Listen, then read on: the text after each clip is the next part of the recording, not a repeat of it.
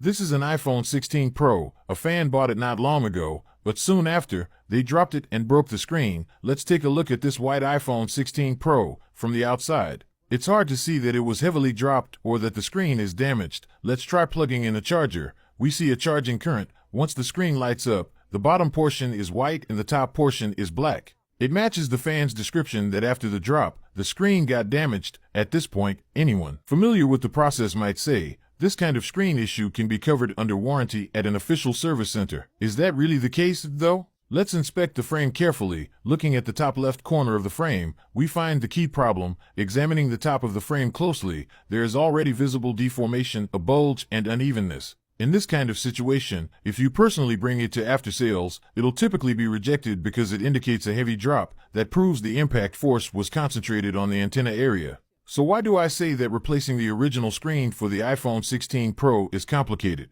What's the complicated part? Let's keep going. I want to reveal a small piece of knowledge today. I hope you'll keep watching until the end. Replacing the iPhone 16 Pro screen starts with lifting off the screen. We heat the display, create a small gap, then use a plastic opening tool to slide around the edges and lift the screen. From a procedure standpoint, there's nothing complex about removing the old screen and installing a new one. Actually, disassembly is simpler than some other models, so what exactly is complicated about it? I'm sure you've seen videos or heard that there are plenty of resource screens and resource batteries on the market. With iOS 18, you can operate these parts in such a way that they show up as genuine in the system. Where do these resource screens and batteries come from, and why do they enter the market? Because there's profit to be made, people take the risk. But doesn't Apple know? Of course they do. Take a look. Here we have a truly genuine little white display. From our diagnostic back end, you can see there is a repair record. This is a brand new, fully original screen. So the complexity I'm talking about isn't the procedure, it's that Apple wants to eliminate those questionable practices I just mentioned.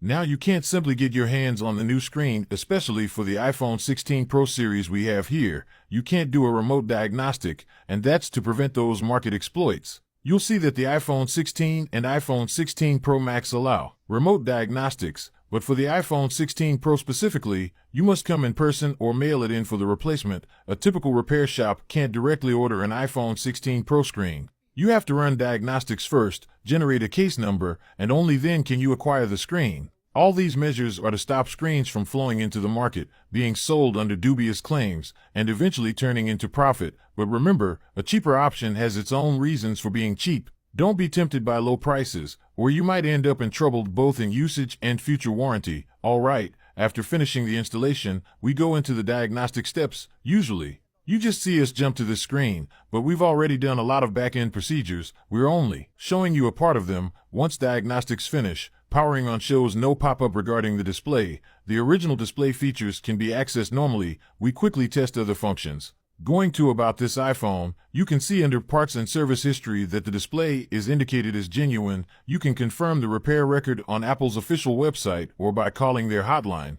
This is truly a brand new, fully original screen. Thanks to all the fans for supporting me. If you enjoy this screen replacement, double tap, and if you haven't followed yet, please do.